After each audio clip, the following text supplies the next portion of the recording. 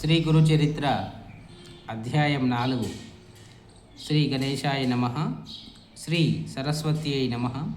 శ్రీ గురుభ్యో నమ.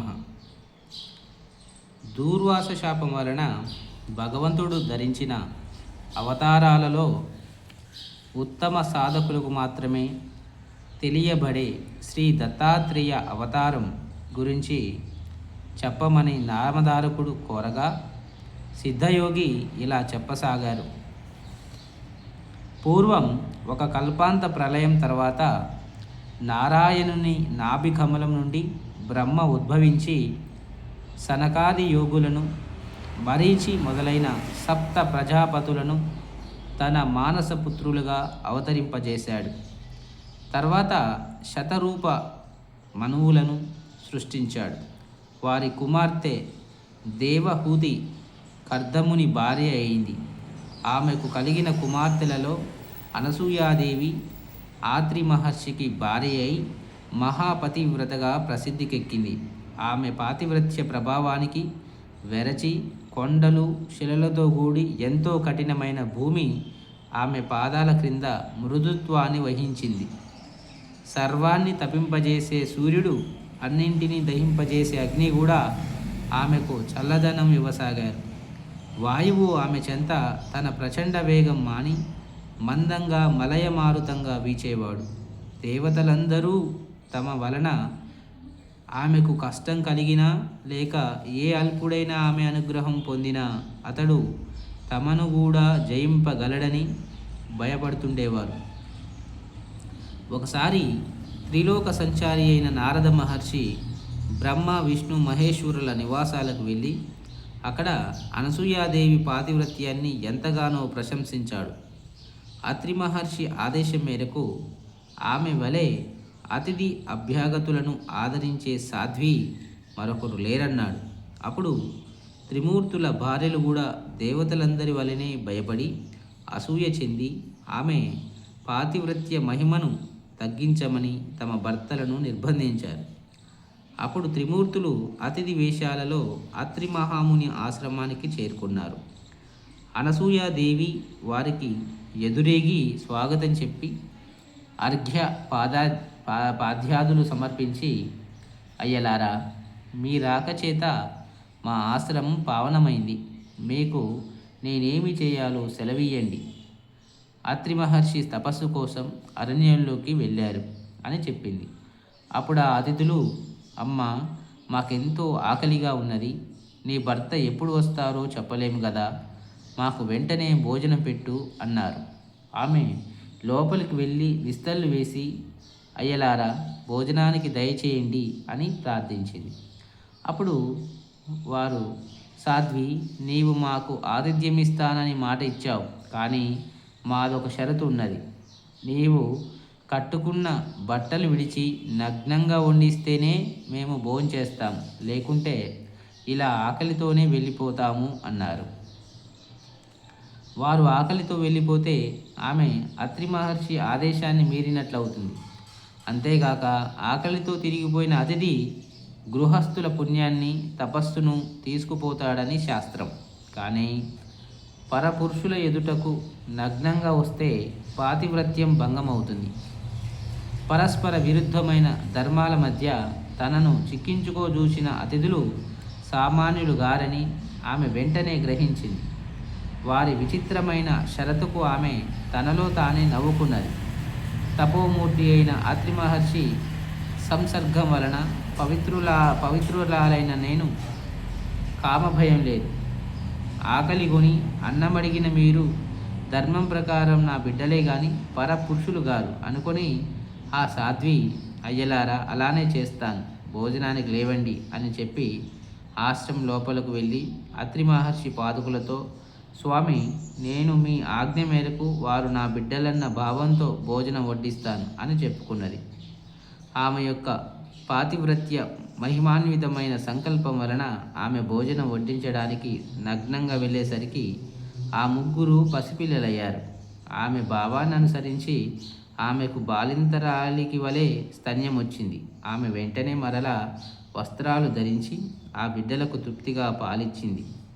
నిరంతరం సృష్టి చేసి అలసిన వాడిలా బ్రహ్మ, ప్రపంచాన్ని పాలించి అలసిన వాడిలా శ్రీ మహావిష్ణువు, జగత్సంహార కార్యం వలన సోలిపోయిన వానిలా శంకరుడు అనసూయాదేవి యొక్క పాతివ్రత్య మహిమను గ్రోలి విశ్రాంతి చెందారు. ఆ మహాపతివ్రత తన దివ్య దృష్టి వలన ఆ ముగ్గురు త్రిమూర్తులని తెలుసుకుని ఊయలలో పెట్టి ఆ జరిగిన కథనే జోలగా పాడుతున్నది. ఇంతలో ఆత్రి మహర్షి వచ్చి ఆమె నుండి సర్వము తెలుసుకుని ఊయలలోని త్రిమూర్తులను దర్శించి ఆ రూపాలలో ప్రకటమైన పరమాత్మను ఇలా స్తుతించాడు. ఓ మహావిష్ణు, నీవు సృష్టి స్థితి లయకారుడవు, జగత్సాక్షివి, విశ్వమయుడవు, విశ్వాధారుడవు. ఓ పరమేశ్వర, నీవు సహజంగా ఒక్కడివే అయినా నీ లీలల చేత త్రిమూర్తులుగా మారి క్రీడిస్తున్నావు. వాస్తవానికి ఈ జగత్తు నీకంటే వేరుగాకపోయినా మసక చీకటిలోని త్రాడు దానికి భిన్నమైన పాముగా గోచరించినట్లు నేను నాది అనే మాయతో కూడిన భావన వలన నీకంటే వేరైనట్లు జీవులకు గోచరిస్తున్నది. ఊయలలోని పిల్లలు హాయిగా నిద్రపోతున్నారు. త్రిమూర్తులు ఆ స్తోత్రానికి తృప్తి చెంది తమ నిజరూపాలతో కూడా ప్రత్యక్షమై వరం కోరుకోమన్నారు. అప్పుడు ఆయన సాభిప్రాయంగా భార్య వైపు చూస్తూ, సాధ్వి, వీరు మనసు చేత కూడా పొందడానికి వీలుగాని వారు, అయినా నీ భక్తి వలన ఇలా వచ్చారు. నీ అభీష్టమేమిటో నివేదించుకో అన్నాడు. అనసూయాదేవి, స్వామి, ఈ సృష్టి యొక్క వికాసం కోసమే మీరు భగవంతుని చేత సృష్టించబడ్డారు కదా, కనుక ఈ మూడు మూర్తులుగా ప్రత్యక్షమైన వీరిని పుత్రులుగా పొంది మీ అవతార కార్యం నెరవేర్చుకోవడమే నా అభీష్టం అన్నది. ఆత్రి మహర్షి సంతోషించి, మీరు మాకు పుత్రులుగా పుట్టి మమ్మల్ని ఉద్ధరించండి అని కోరాడు. అప్పుడు వారు, మహర్షి, మమ్ము నీకు సంపూర్ణంగా దత్తం చేసుకున్నావు అన్నారు. ఆ పతివ్రత ప్రభావం చేత త్రిమూర్తులు అత్రి కోరిన వరమును అనుగ్రహించి తమ లోకాలకు వెళ్ళి వారి భార్యలను కలుసుకున్నారు. తర్వాత అత్రి అనసూయలకు ముగ్గురు పుత్రులు కలిగారు. సద్గురువైన అత్రి మహర్షికి ఆత్మసమర్పణ చేసుకుని సేవించిన ఫలితంగా తనకు వ్రతభంగం చేసి శపించడానికి వచ్చిన త్రిమూర్తులను బిడ్డలుగా పొందింది అనసూయాదేవి. ఆ తర్వాత అత్రి మహర్షి బాలవిష్ణుమూర్తికి దత్తుడని, దర్శన మాత్రం చేత అందరి హృదయాలకు ఆహ్లాదాన్నిచ్చే బ్రహ్మదేవునికి చంద్రుడని, ప్రళయకర్త అయిన రుద్రుడికి దూర్వాసుడని నామకరణం చేశాడు. ఈ ముగ్గురు అత్రి యొక్క సంతానం గనుక వీరిని ఆత్రేయులని, దత్తుని దత్తాత్రేయుడని వ్యవహరిస్తారు. ఈయనే సాక్షాత్తు పరమేశ్వరుడు, శృతులకు కూడా అందని సచిదానంద స్వరూపుడు. మానవులకు అభిష్టాలు నెరవేర్చి యోగము జ్ఞానము ప్రసాదించేవాడు. స్మరించిన తక్షణంలోనే అనుగ్రహిస్తూ సర్వత్రా సంచరిస్తూ ఉంటాడు. దూర్వాసుడు మిక్కిలి కోప స్వభావం గలవాడైనా ఆయన కోపం కూడా లోకానికి కళ్యాణమే చేకూర్చింది. చంద్రుడు సర్వజీవులను పోషిస్తుంటాడు.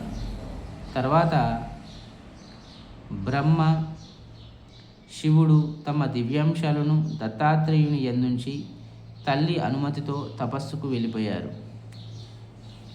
నామధారక, అలనాటి దుర్వాస శాపం వలనే పరమాత్మ అయిన శ్రీ దత్తుడు శాశ్వతంగా భూమి మీద సంచరిస్తూ భక్తులను అనుగ్రహిస్తూ ఉంటాడు. అసలు ఆయన అవతరించినదే అందుకు. స్థూల దృష్టికి అలా కనిపించినా నిజానికి ఇతర అవతారాలు తమ కార్యం తీరగానే శరీరాలు త్యాగం చేసి వైకుంఠానికి వెళ్ళిపోయినట్లు భగవంతుడు ఈ దత్తావతారంలో చేయడు. శ్రీరాముడు రావణాది రాక్షస సంహారం కోసం, శ్రీకృష్ణుడు దుర్యోధనాది దుష్టులను సంహరించి భూభారం తగ్గించడానికి అవతరించారు. ఆ కార్యాలు తీరగానే ఆ ఇద్దరూ తమ శరీరాలు వదిలివేశారు. కానీ సర్వజనోద్ధరణం అనే దత్తావతార కార్యం సృష్టి ఉన్నంత వరకు కొనసాగవలసింది. కనుక దత్తస్వామి అవతార త్యాగం చేయకుండా నిత్యము భూమిపై సంచరిస్తుంటాడు. శ్రీ దత్తాత్రేయుడి ఆది గురువు. పూర్వం భగవంతుడు మత్స్య కూర్మ రూపాలలో అవతరించాడు. అలాగే ఈ కలియుగంలో కూడా ఇప్పటికీ 2 సార్లు అవతరించాడు. కలియుగంలో అజ్ఞానులకు గోచరం కాకపోయినా ఆ 2 అవతారులు ఇప్పటికీ కూడా భక్తుల అభిష్టాలు నెరవేరుస్తున్నారు. ఇతర యుగాలలో కర్మచేత తప్ప సిద్ధించని పుణ్యం ఈ కలియుగంలో పరిమిత కాలంలో సత్సంకల్పం చేతనే సిద్ధిస్తుంది. కనుక ఎట్టి కలియుగంలో జన్మించి బుద్ధిపూర్వకంగా శ్రీ గురుణ్ణి ఆరాధించి తరించడమెంతో సులభం. అట్టి అవకాశం పూర్వపుణ్యం చేత నీకు లభించింది కనుక నేను చెప్పే గురు కథలు శ్రద్ధతో విను అన్నారు సిద్ధయోగి. నామధారకుడు దత్తావతరణం గురించి విని ఆనందించి, ఆహా, అలనాటి అనసూయాదేవి పాతివ్రత్యం వలన మానవాళికి గురు పరంపర, అందువలన మా వంటి అగ్నులకు మీ వంటి గురువు యొక్క కృప లభించాయి అన్నాడు. శ్రీ దత్తాయ గురవే నమః. శ్రీ శ్రీపాద శ్రీ వల్లభాయ నమః. శ్రీ నృసింహ సరస్వత్యై నమః.